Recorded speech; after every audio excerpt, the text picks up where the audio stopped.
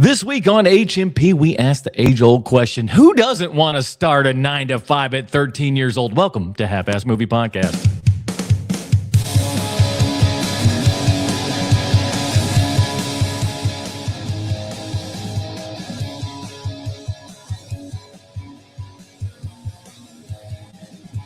Welcome back, you dirty babies. It's time for another Half-Ass Movie Podcast. Sure, we put together as an excuse to watch movies. My name is Adam Portress, and joining me today, he asked to be big, but he should have asked to be tall. Classic monkey's paw, Bruce Leslie. Oh, Abel was I saw Elba. It is snowy for 3 straight weeks here.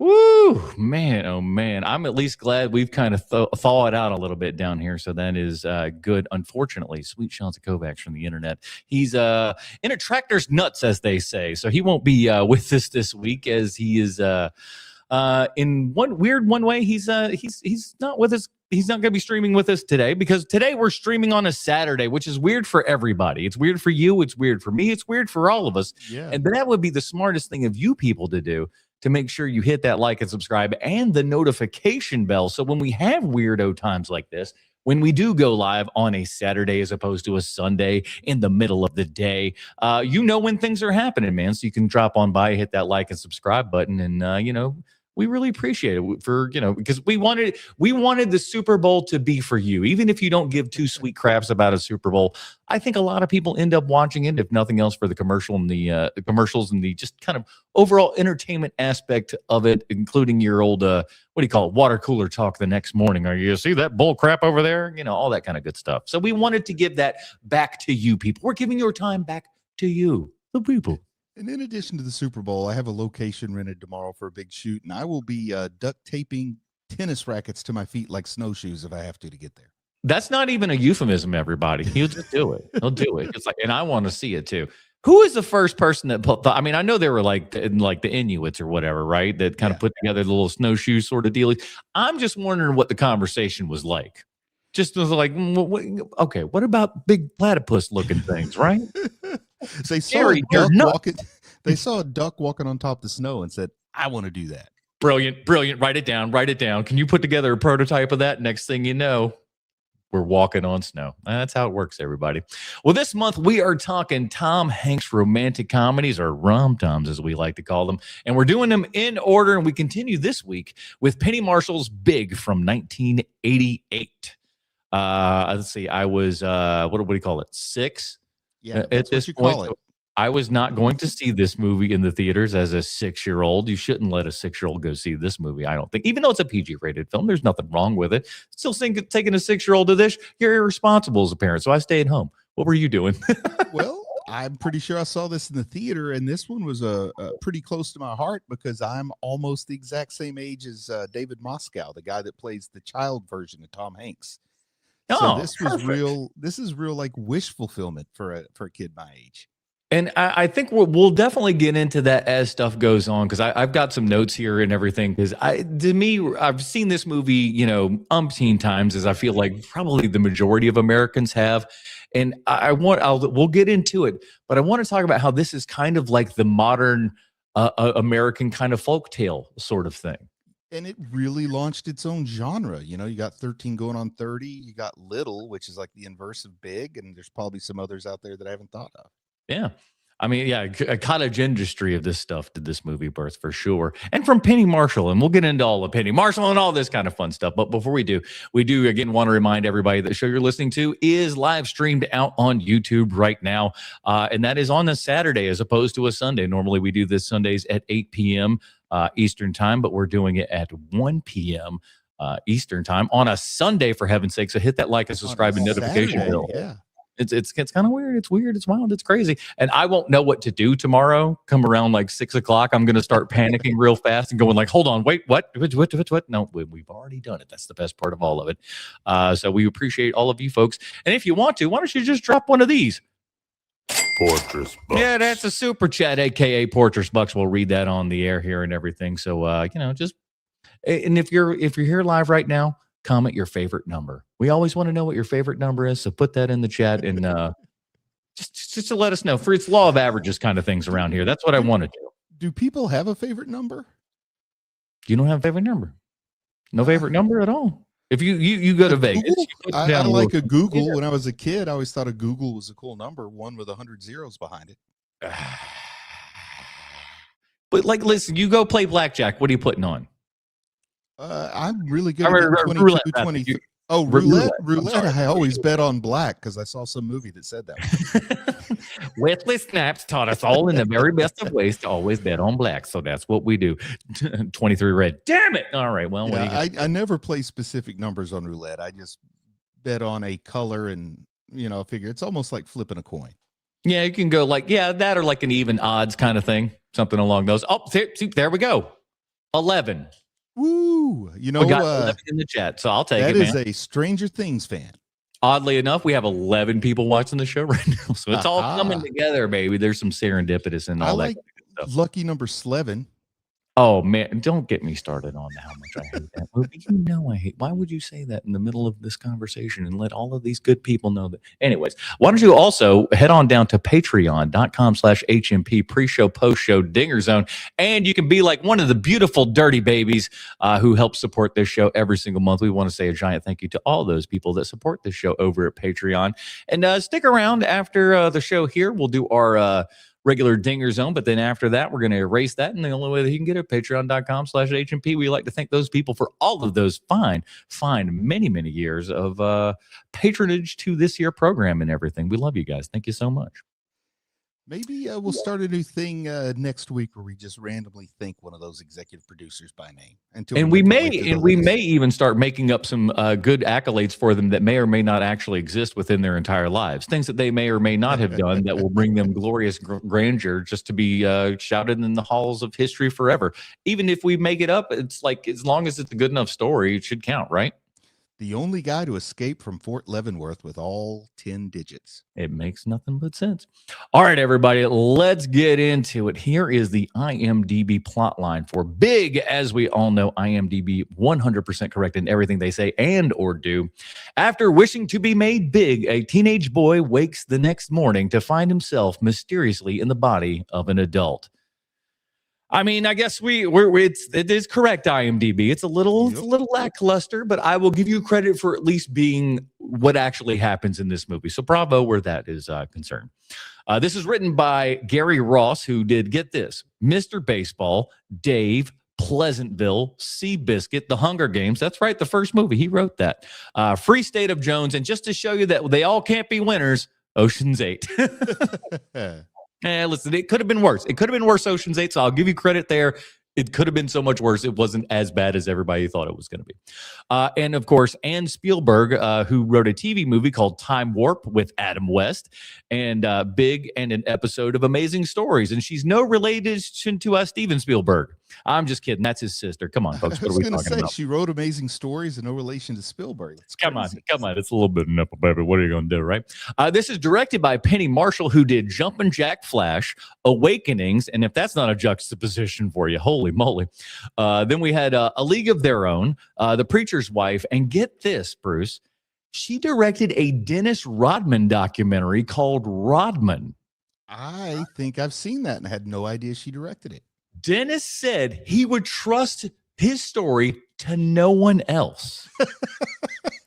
That's in the IMDb log line. I'm not making that up. That's what the IMDb says is they go, hey, only Penny Marshall could be bringing you the Rodman story, okay? Get out of here. What a bananas thing that is. This movie, of course, is starring Tom Hanks, Elizabeth Perkins, Robert Loggia, John Hurd, Jared Rushton, and John Lovitz.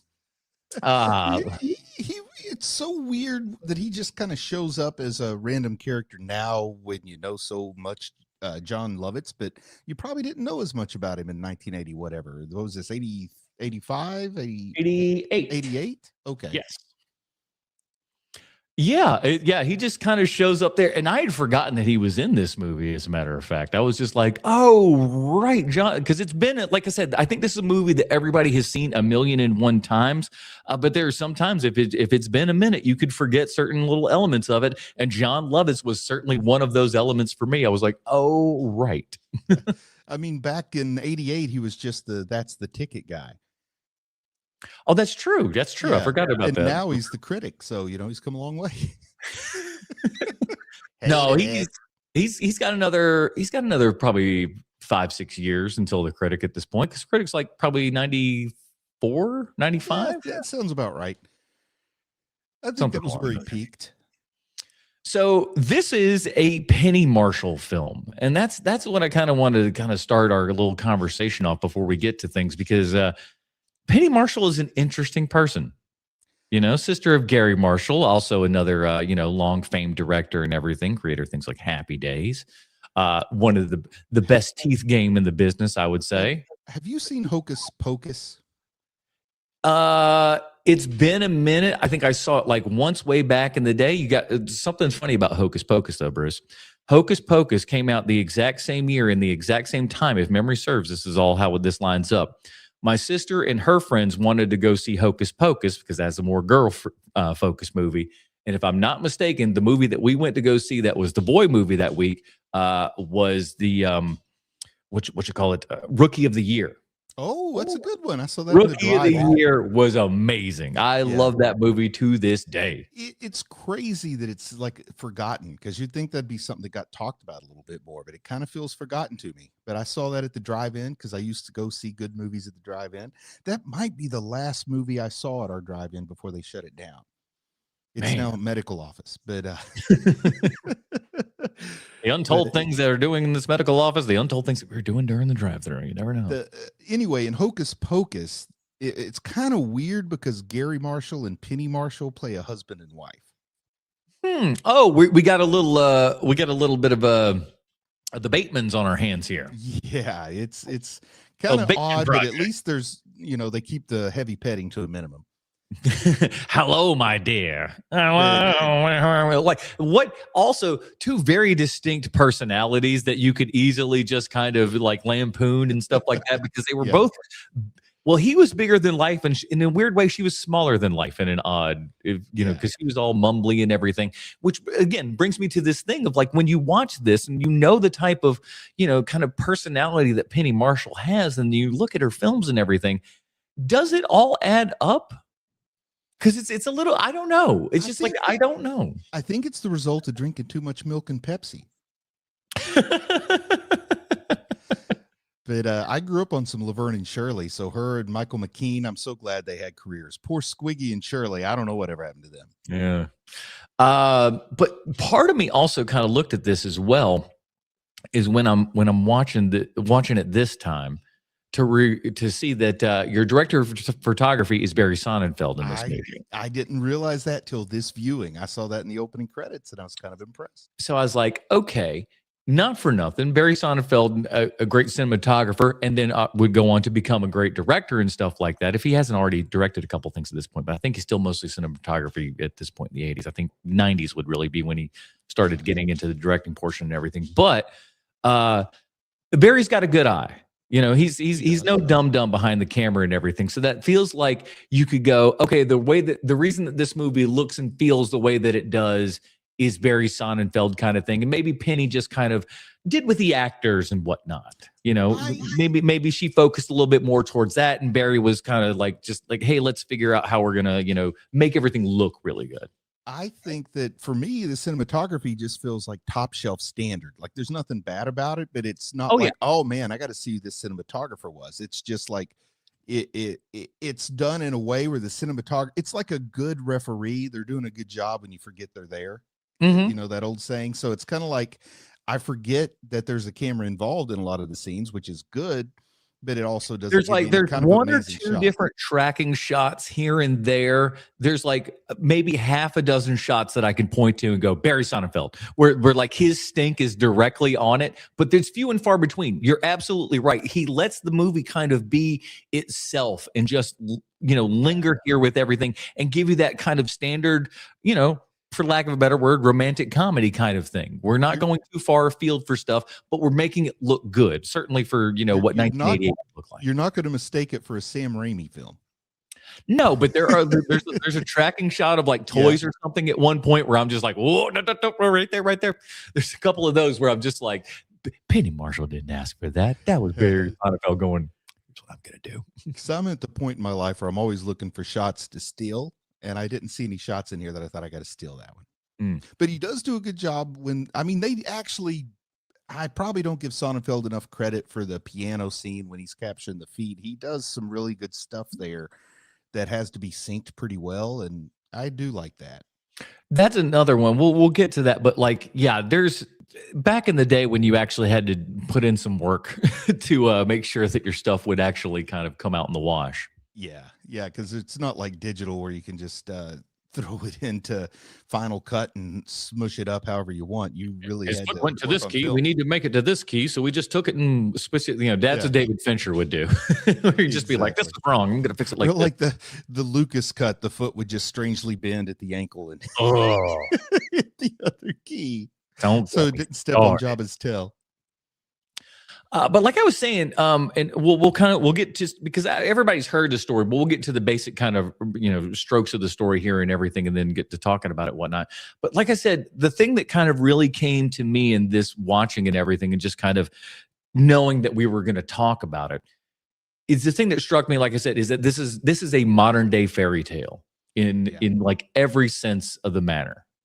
It's like really you're making a wish, you go to a thing, and all of a sudden, your wish comes true. You need to learn some sort of moral lesson. You learn that lesson, and by the end, we've all come. Everybody drives home in a Cadillac, as they say. The strangest thing for me is I had no trouble with the suspension of disbelief that an arcade game could turn a 13-year-old into an adult male. Mm-hmm. But I had so much trouble with suspension of disbelief when it came to the workplace and stuff. And we'll get into those details, I'm sure. I thought you were going to say, listen, I buy it turning him into one, but him doing it again is going to turn him back. That doesn't make sense. Like you got to find a different machine to do that one. I got no problem with the magic, but I hate the impracticalities. Like, now, they're going to run a credit check before you lease an apartment like that. Oh, there's a lot of kind of like, I think New York, we'll call it, because are we in New York? We're in New York. Yeah, because he goes to he's in Times Square on 42nd Street when it used to have dumpy hotels you could get for $17 a night. Yeah, exactly. It's like we don't recognize that New York City anymore. That doesn't like that room that he would go would look a lot better and cost a lot more money. Yeah, it's what's his name, the mayor that cleaned Giuliani. up. Yeah, pre-Giuliani here. Yeah, so he would come in the 90s and stuff and clean up and Disneyfy. It's just like, and there's two groups to that. There's some people that go like, oh, it's great. There's other people that go like, oh, I wish it was back. I'm like, you wish it was back at the crackhead days. Okay, I mean, it's weird. Remember the good old days when that's what Giuliani was known for? Not the Four Seasons landscaping and some of the weirder things that happened later in his life. But I think the cool thing about this movie is, and again, I was watching it a little more intently and stuff this time, is them really setting everything up. And I think that this movie is fantastically well at setting up the plot, setting up different points and callbacks and things that ring back to each other all of the time. And the chess game that's being played before you, it's an automatic chess game, but it's a chess game that you're watching and you know the outcome of it, but like you can't help but be entertained by the trip that you're on while you're doing it. That's what this movie is like. And they do such a great job with just kind of establishing who this Josh kid is, giving you enough little, story-wise touchstone points in here that will help, at least satisfy. They may not fully answer, but they'll satisfy enough of your questions that you'll go along with enough of it to just kind of buy it out for the rest of the time. And I think that's one of its very strong points in this, is it just kind of lives, it makes you believe in the world that they've sold you. And the casting director deserves some credit, because it's easy to cast Tom Hanks and Elizabeth Perkins. That's not hard at all. But the best friend kid, that makes or breaks this movie. You get the wrong kid in that role and it just doesn't work, but they got that. That is perfect. I couldn't imagine, other than Corey Feldman, nobody could perform that well at that age. Yeah. Like it's really, in a funny way, as much as Josh is the main character, if that character falls apart, the story isn't good. You won't buy it. But you have to buy that this kid connects with him. And I would surmise, I don't know nothing from nothing, but I would surmise that Tom Hanks and this kid hang out, would hang out just to kind of get friendly and be like, hey, we need to have that kind of like relationship that, these two characters would end up having. And this is before Tom Hanks would become America's dad, but you know that part was always in him, or else it wouldn't have come out later in life. You know what I mean? So Mhm. I bet he was great. I bet he was great. Yeah, And listen, there's you don't hear too many people just going like piece of shit that Tom Hanks. Most people go like, he's pretty good. and you know that kid. I imagine it's okay if we jump around. We don't have to Yeah, go line by line. But when the kid is really upset and he's like, "I'm your best friend," that should be more than anything. He really delivers that well. I mean that kid could do it. I don't know if he ever worked much after this, but he should have. Well, and the You great know, part is like when he also delivers all of those lines within that scene and everything, Hanks's character taking that and getting hit with those lines, you can see the little kid yeah. in there go, "Oh shit, my buddy is mad at me. Like this Hanks, is like what have I kind of done here?" I think Hanks really shocked the world, really impressed people. I mean, this movie hit big time when it came out, no pun intended, but he really captured a kid in an adult's body unlike I've ever seen before. He wasn't overdoing it, he wasn't underdoing it. It was really cool. And honestly, it's like it's closer to how 12-year-olds, 13-year-olds would actually act. Yeah. That's how those kids normally act. They're a little bit more shy. They're a little bit more, reserved, at least when they're that type of kid, right? Yeah. Uh, he plays it amazingly well, and and such a kind of straight role too, and of a very innocent character I mean, at the same time. just to put in your mind what it could have been, imagine Jim Carrey doing this. Oh yeah, that's a way different. Like that And becomes a and weirdo as kid. much as I've enjoyed a lot of Jim Carrey's work, he just would have been over the top with it, and it would have been closer to a farce than a warm comedy like it is. Mhm. So I'll let you take charge. You got some notes because I don't Yeah. want to jump the gun because I there's a couple big things I want to talk about, but you shouldn't open up with them. So I'll let you get us going. So all right, so like you go out, he goes through, he like wishes on the little Zoltar machine there. I wish I could be big, which again, like I said, could have been a real monkey's paw kind of thing if he wasn't careful there. Like at least his Zoltar machine was just like, I think he's asking to be an adult instead of just like maybe he wants to be a fat ass. Yeah, I was gonna say it'd be great if they just had like the child version of John Candy play him when he was big. It looks like Veruca Salt just rolling in there. I'm like, what's going on here, dude? Get out of here. And also in sort of the prelude, the I guess it would mostly be Act One, but they really capture like your best friend as a kid in a way that not very many movies have done. I know Stand By Me opens up with the Rob Reiner Stand By Me Mhm. opens up with you never have friends like you had when you were 12 years old or something like that. Yeah. They say it. This movie shows it.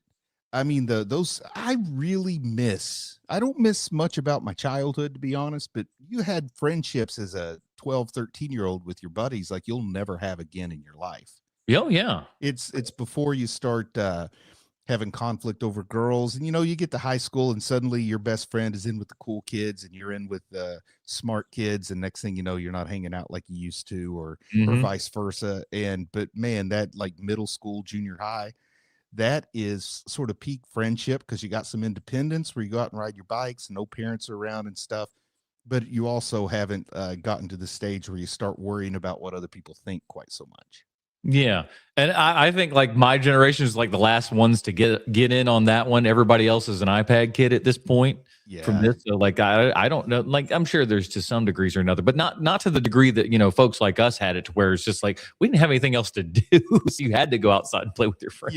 Yeah, I'd say that elder millennials and Gen X, they all got this a lot. They totally get this. I don't know what people older than me think about it, but yeah, by the time you get into the younger millennials and Gen Z, it's just they have their own version of it where it's like your best friend is who you hang out with online all day. Yeah, but at the same time too, like even with this one, like like if you told me that like Josh was a character from the 50s, you'd still believe it. In this You know? neighborhood, as a child, I loved that neighborhood they lived in. And I'm not going to lie, one of the first things I thought when we bought this house that I live in now is like the neighborhood from the outside. It reminded me of the neighborhood in Big. Nice. And that's how much this movie kind of stuck with me. Um, course, there's some parts that didn't, and I'm sure we'll get into them, but I love the depiction of him and his friend as a kid and playing basketball when he's wide open and just bricks the layup. I can relate to that. And I also like how when he becomes big, movies that came before this or lesser movies, everybody's just like, oh, okay, well, we got to fix this. But here the parents are freaking out. His friends start screaming. I like how they really showed some of that fear because, there was a lot of stranger danger fear was just starting to be talked about a lot in the early 80s. Yeah, exactly. It was just like, and that made me start thinking today. I'm like, there was a little bit of that going on, but like today, that would just be like, oh boy, you'd have to do a lot more footwork to try to, jump around this hot potato. I can absolutely believe in the mid to late 80s, a grown man and a 13-year-old boy could get a hotel room on 42nd Street, no questions asked. But nowadays, they're calling the cops. Yeah, it's just like, son, is this your dad? Right nope, here. It's my best friend. Okay, we got to get some cops down here. You feel like I almost wish they would have done a little bit more of that kind of like the little play where it's like dad and son. I wish they would have done a little bit more because they do it in the interview. I wish they'd have done a little bit more where it's just like Tim just trying to get your buddy who's 4 months older than you to pretend like he's your kid, your child. That's hilarious. You're grounded, son. Ah, jeez. Now, I like when he makes up the social security number, he doesn't even know how many numbers is in it. It's my locker combination. And I also like, what people who are younger than me may not realize, but this is a period in time where there were a few notorious cases of folks just like going to Kinko's and making a medical degree and practicing medicine without knowing what they're doing. Like there's still different cases of that today, but it's true. It was so easy to do a Catch Me If You Can back in those days. In the pre-internet era, you could do so much, but they did still run credit checks. So that's the part that was unrealistic is, you can have all the money in the world and you can't get a Manhattan apartment. Again, these are pre-Giuliani days here where cash means shut your mouth. Okay. And that means that we ain't got to report this to nobody about no reason. It is funny that they don't never talk numbers. Yeah, he did get a $187 check. His first. We got one paycheck for $188 or whatever, but after that, there's zero mention of money. But yet we are liquid all of the time here. It's kind of bananas how much money is being spent. And they really go all out with $187. Now that's like 2 trips to the movies. Yeah, but I remember, like, man, 88 money that would have been amazing. It would have been about 84 for me, but I remember I had $27 in birthday money, and me and my best friend went out on the town, and it was like we were millionaires, man. We were buying everything for $27. Yeah, I remember like my mom buying like groceries for a month for a family of 5 for like $100, and you're like, and it seemed like an unbelievable. Now it's just like, oh my god, 100. You get out for like 5 things and you spend $100. Yeah, my mom could go through the drive-through at Druthers and feed us both for $5. Man, what a world. They don't even have a Druthers now. Yeah, see what happened? We used to live in a society, damn it. Nobody wants Hardee's when you could have Druthers. It's true. Now, how you so you wake up all of a sudden, like you've made this wish, you've awoken, you were in the body of this older man. Is this what you do? What do you do? I mean, because I'm going to be honest with you, I'm pretty familiar with my family, so I would just be like, listen, I would do my best to try to figure it out. They do it a little bit in this, but like, I feel like he should do a lot better than just running away. I would run away and never look back. First thing I would probably do, honestly, is beat the hell out of my stepdad. Once I was done with that, how the tables have turned. Once I was done with that, I'm probably going to the back room at the video rental place. Not gonna lie, I was that kind of kid, and I'm gonna go buy some. No, actually, I could buy cigarettes at 13 where I lived, so I wouldn't really worry about cigarettes. But yeah, I'm gonna beat up some adults, and I'm gonna go to the back room at the video rental place. I know it's obviously we need it to happen for the story to evolve. Mom can't know that this is, you do have to make the attempt. You have to make the effort for him to do it, because otherwise we would be asking the entire time, why doesn't he just go try to explain? And they do as good a job as they can to just be like, look, mom's hysterical. She can't listen to reason, and he's 12, so he's not exactly good at, slowing things down and being like, let me explain. We need to, better heads need to prevail. Perhaps as an adult, you might have been able to pull that off. But again, she's on an edge. She's on the knife's edge right now. She's like, it's literally grabbing knives to go and stab this man who's, entered their home unlawfully. I might just need to remake this where a guy becomes an adult and next scene you see, he's beating the shit out of like 12-year-olds. He's like, now who's the bully, bitch? And just beating the hell out of these kids. And because it's 1988, nobody does anything about it. Hey, listen, man, it was 1996 when we had Billy Madison just beat the shit out of kids with dodgeballs. So, he wasn't even there was the whole Bad Santa thing, but he like comes back. He says, I feel good about myself. I beat up some kids. It does make you happy sometimes. I beats up the skateboard kid who had it coming to him. No, that's true. Now, so he gets out, he goes to his buddy there and everything. Is a little rhyme that you guys say together that I feel like anybody could, unless I don't know. Is this a rhyme that they made up, or is this some bull crap from an old television show? What is this? I'm the same age as these kids. And when I saw this movie, I'd never heard that before. I mean, everybody's heard Shimmy, Shimmy, Cocoa Pop, but the whole stuff going around it. Yeah.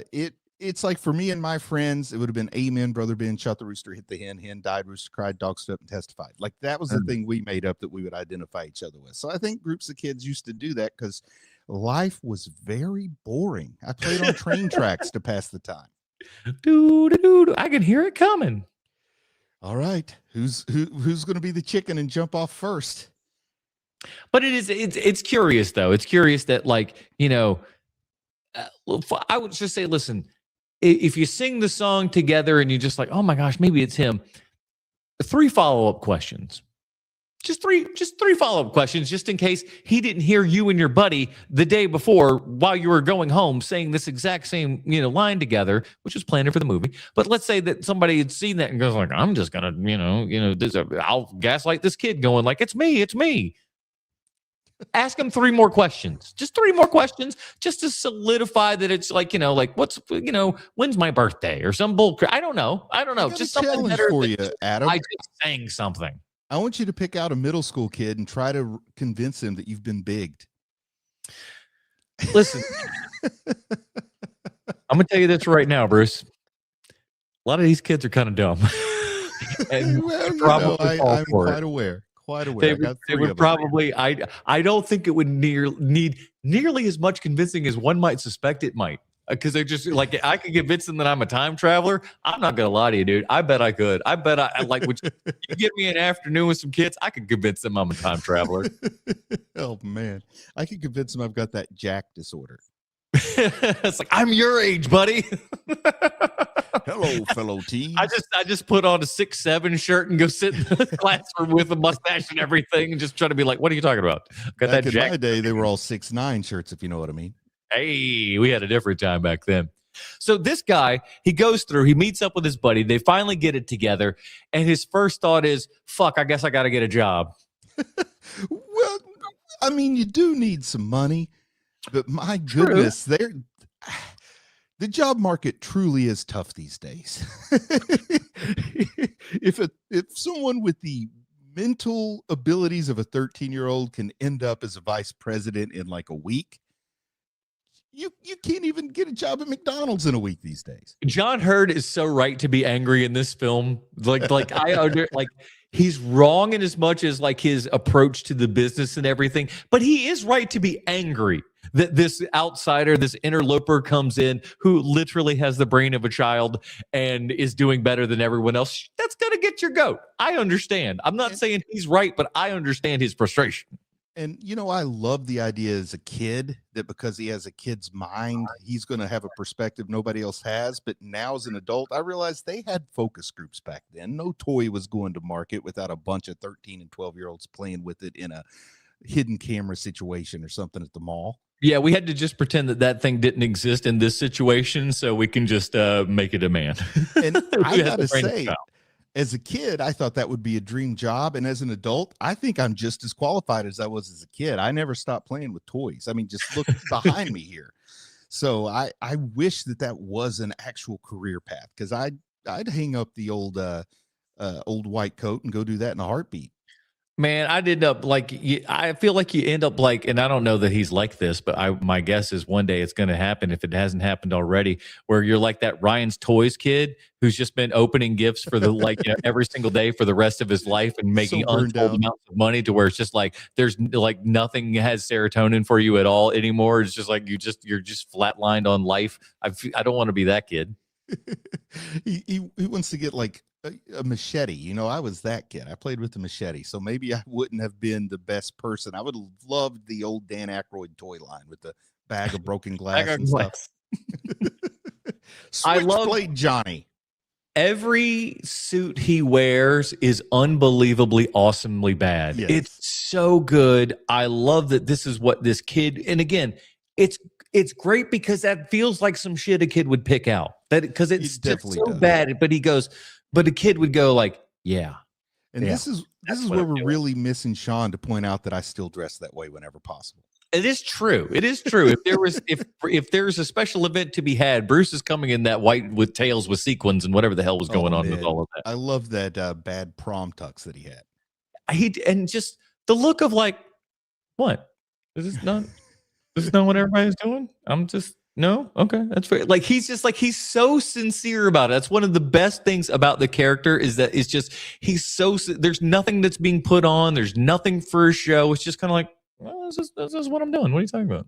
And he's an adult for only 6 weeks, and it really bums me out how quick he gets adulted. Like, there towards the end, he's wearing normal suits, and he's like telling his friend he's really busy. I don't know at 13 that 6 weeks would have been enough to beat me down to the rat race like that. This is getting in real hardcore, man. Like, listen, when he dives in big time here. Now, we get to the toy company here, and we got Robert Loggia dropping in Skeletor and just himself. Oh my gosh. I'm just like, listen, I just Robert Loggia's just got one of those faces and voices. It's completely awesome to just see him in something, and he shows up. And not only because I think everybody remembers the piano scene in Big and stuff. Yeah. Everybody remembers Tom Hanks in the piano scene in Big. Yes. They don't remember Robert Loggia is his partner in this movie. I can confirm 100% because even I kind of forget that Robert Loggia was there. And when I saw it, I was like, oh yeah, Robert Loggia's there. Like when I saw it, it brought the memory back. But if you just asked me who was on the piano, I would have said Tom Hanks. Yeah. And as a kid, I had no idea who Robert Loggia was. Probably did. I knew he made a Zorro movie in the 70s or something, but I only liked Zorro the Gay Blade when I was a kid. That's the only good one, if we're honest. It is. He's really like, he does such a great physical job with playing the piano. Like he's like, for his age and everything, jumping around. It's just like, this is not 2026 where we're replacing a head with CGI and putting a young man underneath it. That's Robert Loggia dancing his balls off. It's pretty great. Oh, I just thought they had a stunt double, with bad skin. Listen, there might have been like one or two wide shots or something that maybe had something, but for the most part, that was him doing it. And like you said, there's enough of the editing and stuff that's going on to where they're doing a really good job of, we're not showing you everything all the time because it is awful complicated to do all of this stuff and make it sync right and have all of these different cameras and stuff going on. You've got a Herculean task on your hands. So every now and then you're going to need to cut to a couple of upper torso shots here and just kind of, look at me, I'm doing the thing. Have you been upstairs at FAO Schwartz? I have never been. They've still got the piano out. That's what I was going to ask. Years later. Is like, I've never been. How am I? What incentive would I have to go this, say, for seeing this big piano? That's it. That's piano. it. I mean, if like they have really cool kids' toys, like for young kids, or if you're rich and you want to get like nice stuff, but they don't have like action figures and Transformers and stuff like that. So for me and my family, it was always to see the big piano. And this movie has such an impact that here we are almost 40 years later, and people still get in line to go play Chopsticks and Heart and Soul and stuff on that piano. It's awesome. My kids have gotten to dance on that piano. They've got to replace the piano many times at this point. There's no way. That'd be the most grody piano ever. I think they just replaced the top part. I think that the mechanics are all the same. Just replace because it's like almost like an overlay. You know the what I mean? original one runs on tube, so no, we had to get it down to solid state for this secondary one come the 90s. I want it to be like in Wayne's World at the guitar shop where they have a sign that says "No Stairway to Heaven." No heart and soul. Yeah, they need that sign up there, but instead, I think they have something that says, "Hey, it's the piano from Big," and it's Please still a big play hit. heart and soul at your own discretion, please. Yeah, I got on there. I was trying to Axel F, but I twisted my ankle. Mm. Do. Ow. Nope, snap. Elizabeth Perkins, who I like to say is who you get when you can't get Diane Keaton, which is not a bad gig. Yeah, I mean Elizabeth Perkins is good for this role because I don't think you want to risk someone who might overshadow Tom Hanks. Mm-hmm. Also, she really is believable as somewhat of a gold digger, but she also is believable when she gets sincere too. So it's tough to find somebody who can pull both of those off equally well. Like, it's a good thing that Meg Ryan wasn't in this one. Yeah, Meg Ryan in this one would not have worked out as well as this one would have. You wouldn't have bought that quite the same, I don't think. Then again, Meg Ryan's, like I always say, people forget about Meg Ryan and Body Double. Very different Meg Ryan there. Very different Meg Ryan in that movie. I get Body Double and Body Heat confused. Is Body Double kind of the remake of Rear Window? Correct. Yeah. De Palma. Okay. Mm-hmm. Yeah. Because I know one of them's good and one of them's not so good, but I get confused which is. Now this one's going to shock you. That movie has a scummy Dennis Franz in it. That's my man. Who knew? Who knew a scumbag Dennis Franz would be? He plays a director. He's not a cop, but he's still a scumbag. You look at him, you're like, that's a scumbag director right there. He's one of those people that gives us uggos hope. It's like, if he can make it, we can make it. Man, nothing's. I love the Seinfeld where he's like George combing his hair in the mirror and looks behind, and old Sipowicz is back there. He's like, yeah, that's my man right there.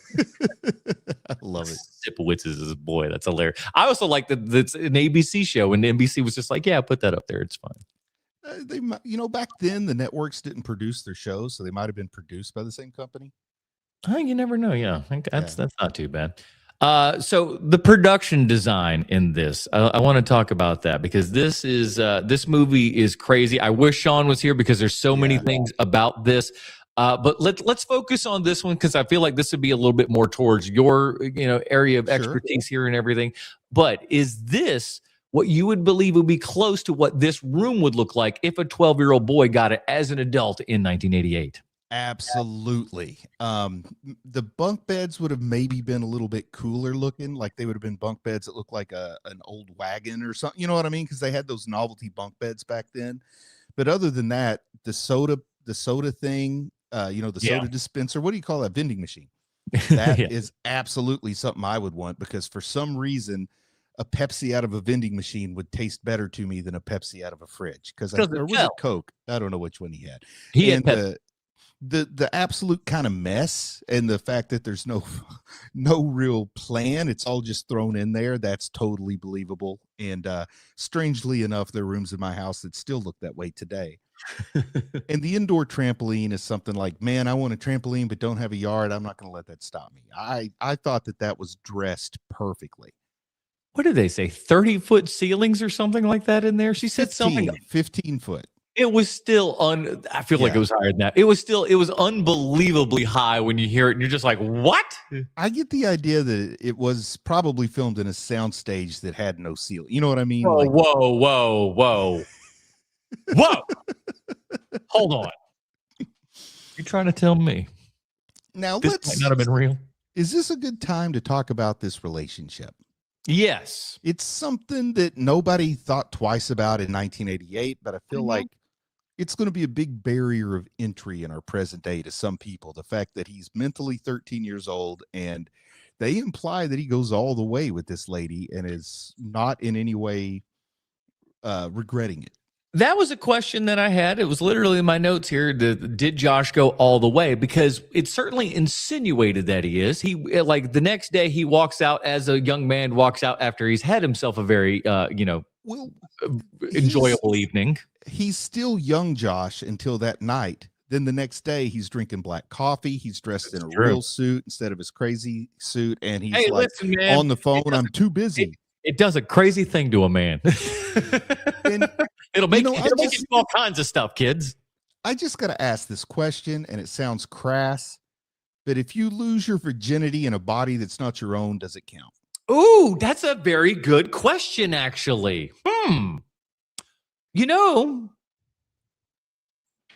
I think it all goes together now. And honestly, I think with this question and everything, you kind of almost crack this movie in a weird sense. Because as far as she's concerned, the man that she slept with that night was a weird guy, but was an of-age man. Yeah. That's as far as she was aware. And like, he did, listen, was a 12-year-old, a 13-year-old boy. Now, granted, this 13-year-old boy couldn't, see a rock flying and hitting him in the head as far as like innuendo or anything else that's going on. So I can't tell you that like, he knew everything. So that's the only part that gives me like a little bit of trepidation, is the fact that like he was such an innocent bird going into the whole thing. Yeah. That like to get to that point, it just it works enough for the story. I'll take it, but it just seems a little bit odd. It is very odd. And, when I was watching it in 1988, I didn't think anything about it. I was like, ooh, you go, Josh. And now as a guy who's a little bit older, I don't know that would be something that would even be in a movie now. No, unless it was an Adam Sandler flick, because he did make that movie where he knocked up his teacher in junior high or whatever. Oh yeah, that was a good my movie. boy. That's my boy. I haven't seen what I might think is the theatrical cut. I only saw the test screening cut way back in the day. Oh, I've got the extended edition 4-hour Peter Jackson cut. I'll tell you this much: the audience I was with laughed their balls off. They thought that movie was great. So I mean, they got it the right audience that night, boy. They were certainly pleased. Well, Sandler and Sandberg make a great, believable father and son. It is true. So to me, it is kind of the question mark here that's kind of in the middle of it, because if you really take that kind of scene out, and like, because for all intents and purposes, we don't know, but let's just say that he did. If you take that out, then it really has the super nice innocence throughout the entire thing, right? Because because if nothing happens, they just get to that point, and she has this revelation and everything, that like, oh, this is what this actual situation is. And again, like we see in the movie where, she literally sees it happen, she turns away and turns back, and then boom, he's so she knows it's not bullshit. It's not a guy that's just lying to her, just going, baby, I'm a 12-year-old boy. I gotta go. Come on, I'm just, like, who's buying that crap? So at least she sees it happen, so she knows it's a real thing. But if that would have been out of there, it would have been completely fine. But it is one thing that I guess, like I said, I suppose that you can just go, well, we don't know, but I feel like we know. Something that breaks my heart watching this now too is he got to be 30 in 1988, and he thinks this is what being 30 is like. But this character is not going to be 30 till like 2004, 2005, and it is nowhere near as easy to be a 30-year-old in 2005 as it was in 1988. And I feel like he's been set up for nothing but he's going to be like one of those child actors where you grow up and it doesn't turn out like you expected. So he's in and out of jail. He's hooked on every drug out there. I want to see Josh at 45. See like how he turned out all these years later.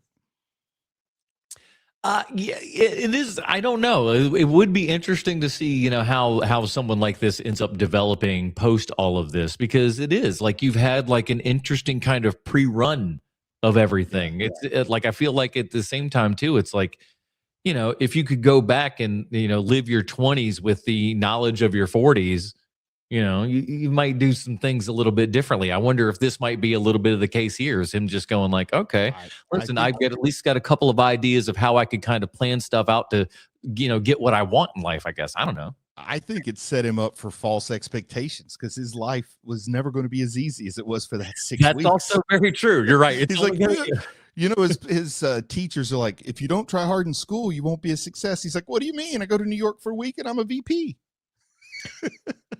What he doesn't know is that he is really affecting his credit, and he doesn't pay attention to this for a very, very long time, and he's been racking up all those bills for the hotel or It for would have the. been crazy if there was a post-credit scene of the real person who that belonged to, that social security number, wondering like, what the hell happened to my credit score?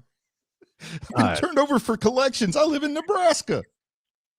This poor mother, this poor mother who has to live for 6 weeks with the thought of her just child just being kidnapped and abandoned, and just, oh my God, like this poor lady. And they don't come out and say it in a movie in 1988, but in her mind, it's all dirty stuff being done to that poor kid. A man kidnaps your kid, you just assume it's all SA. Oh my gosh. And like, it really struck me hilariously dark, when he goes, or she goes, what song did I sing to him at bed? And he doesn't want to say it, but like, he could just say the title of the thing and then get her to say like, okay. He sings it to her. So think about this in her mind: is her son's kidnapper is singing back this. That's fucked up. And also think about, like, it's like your son's kidnapper just starts singing the song to you that you sang him when he went to sleep at night. That's crazy scary. And it's also kind of a flashback to me, because my mom loved that song, The Way We Were. And I think every mom in 1988 loved The Way We Were, because it was like the #1 song in 1972 or something, and they just never got past it. But it was kind of like spot on. I mean, this is well written, well directed. It's more than just a high concept comedy, which is what I think it's remembered as. My mom's song would be Anne Murray songs, but that's, it's neither here nor there. Also, some Karen Carpenter thrown in there. Oh, for sure. Why you can't not, I believe. Now, is there a world where Josh doesn't go back, or somehow she could go with him? Is there, like, obviously the movie does need to end the way that it ends. I'm not disputing that, but in some sort of parallel universe, could any of that in any way, shape, or form work out? The answer is no, but let's have fun. I think Josh could stay an adult. I really do. And then when he gets towards his own mortality, he realizes he gave up 17 years of his life and he has some regret.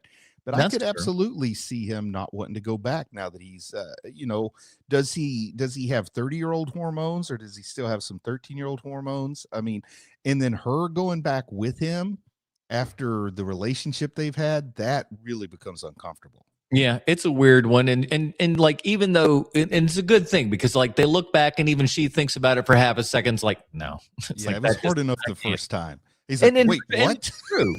It's true. He doesn't know yet. He hasn't quite hit the hardest part of it yet. So.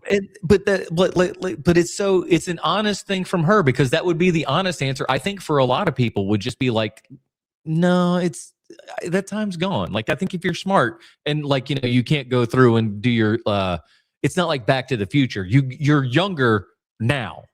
Like, you're younger present day. All of a sudden you go back and you've lost 30 years.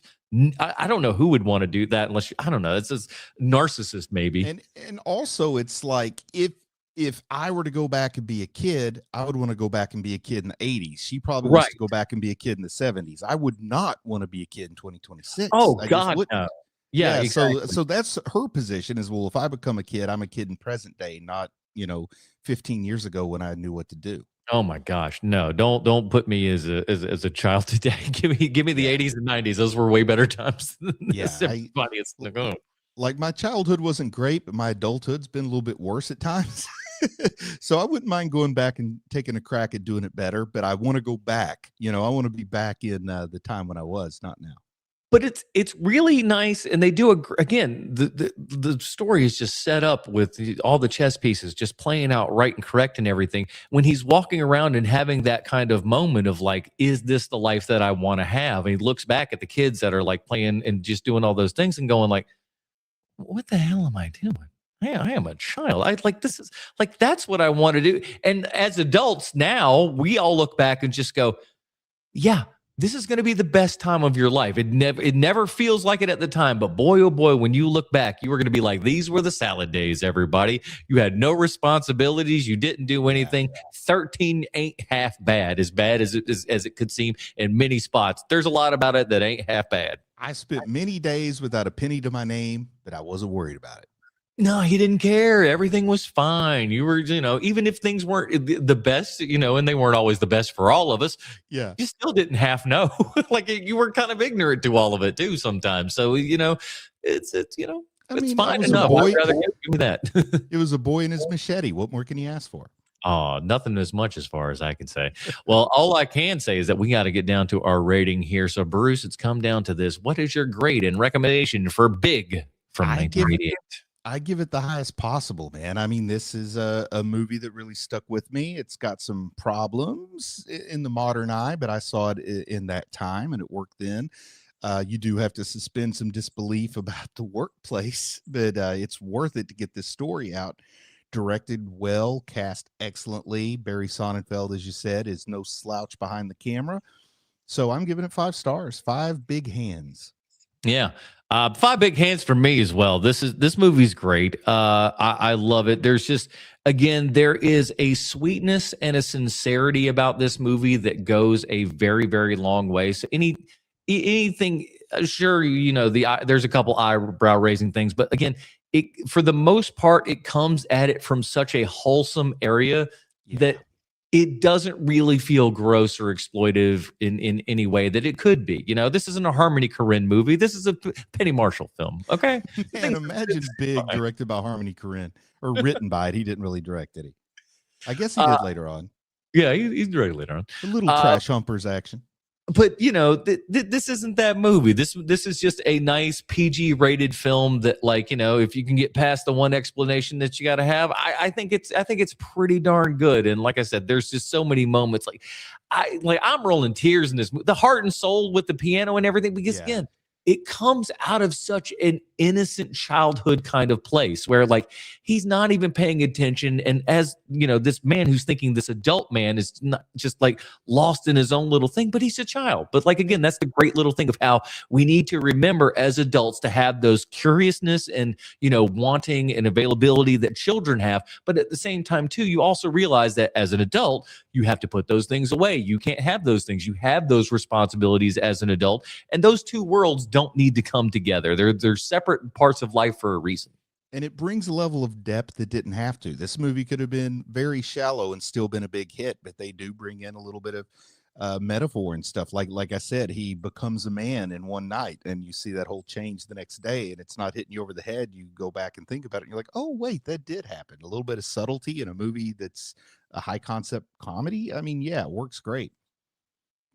Top notch, everybody. So that'll do it for this episode, everybody. I hear Sean likes his 5 stars. I'm just going to say it because I don't think he's going to be like, you're speaking for me for Big. I'm like, yeah, I am. I'm going to speak for you and most other people. This is a 5-star movie. If you don't like it, suck eggs. I don't care. We're going to be doing another Tom Hanks movie next week, so maybe you'll like that one. I don't know. In the meantime, Bruce, where can we find more of your work on the internet? You can just go to my YouTube channel, search for @AnimeDad or Bruce Leslie. We've still got all kinds of horror movie reviews up from October. We got some Christmas movie reviews. If you haven't checked them out, go check them out.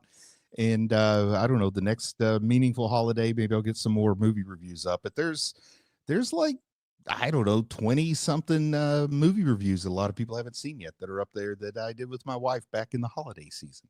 Now, can I be the person that your wife hates more than you for once? Because I'm going to suggest this. Leprechaun movies for St. Patrick's Day. I may have to do those solo, but that's not. What do you mean? You can't rub her into watching 6 Leprechaun? I don't like I don't want to see it to bother her, but I want to see him to watch her bother you for having made her watch it. That's what I really want to watch. I don't want her to suffer through it so much as I want to see her rip you apart for going, why did you make me watch this? That's really what I want to see. She loves Friends, so I'll pitch it as a Jennifer Aniston movie. Oh, see, that's thinking. That's using your brain right there. So check all that out over on Bruce's page. The links are in the show notes. And check out TikTok Trash Tuesday. Every Tuesday, I go to Movie TikTok and pull out all the movies TikToks that I hope are going to be interesting and entertaining. And many a time they are. So I get on the internet and I talk with a whole bunch of other people in the chat, just like you. all those dirty babies. So we appreciate you coming out to that every Tuesday at 8 p.m. Eastern. So check us out there. Check out Sean Scoot's. Links are in the show notes for all of those things. And join us next week as we continue on our Tom Hanks rom-com, or Rom Toms, in order with Joe versus the Volcano from 1990. Until then, for the absent sweet Sean Kovacs from the internet, Bruce Leslie, I'm Adam Portress, reminding you to get out there and watch the movies, you dirty babies.